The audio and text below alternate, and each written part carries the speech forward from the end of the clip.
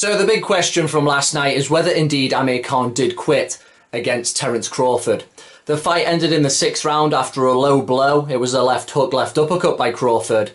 Definitely low, but the slow motion replays seemed to show it landing more on the inner thigh than right on the bullseye of the family jewels. Khan said that he was given a really horrible sick feeling in his stomach, that his legs were taken away, but he didn't seem that bad. And if there's any truth to what apparently was exchanged between Khan and trainer Virgil Hunter, that he was asked, do you want to continue? Can you? And he said no, then technically it's a quit. I wouldn't really make too much of a big deal of all that. I think it's just a symptom of a guy whose heart isn't really in boxing anymore. When Khan was younger, when there was more direction and momentum to his career, when he seemed like he was having a good go at welterweight a few years ago before he fought Canelo, I think he was more invested in the whole of boxing as a fighter, spiritually. You see it with fighters, former very brave fighters, they just don't really have the stomach for it anymore. And I think Khan just saw a way out in a fight that was getting difficult, and he took it. Naturally, his ego is always going to defend the idea of quitting. It's a bit of a sin in boxing. It's an ugly word.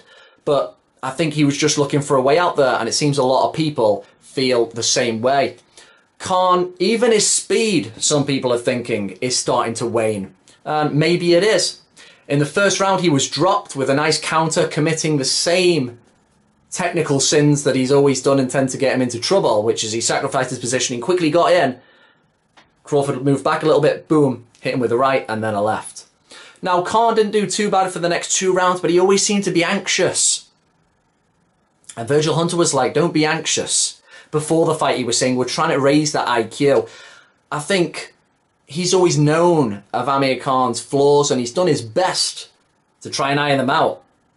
But they've always remained, and now you've got a guy who I think can see the finish line with his career and doesn't really have the desire to really get down and dirty anymore. Crawford started to stick it on him pretty good in rounds 4 and 5. He was going to the body. He's showing that spite. I mean, if you consider where Crawford is mentally in his career now, and the fame hasn't gone to his head either, you're looking at a grounded assassin at the moment, and he was starting to get on the front foot. He was looking to bust Khan up. And I think Khan, he just always seemed anxious. Footwork was always bad. Before the fight, Tyson Fury's trainer, Ben Davidson, had spoke about how Khan's got this bad habit of swinging his rear leg around, so it becomes really in line with the front one, and he's off balance completely, and he was doing it again. Certain things, it seems, just haven't been able to be cured with him. And then boom, the fight's over. I kind of settled on a TKO round 7. Maybe that would have come off had the fight been allowed to continue, but it went the way it did. Khan very well may have his fight with Kell Brook in the not too distant future, before probably both of them retiring.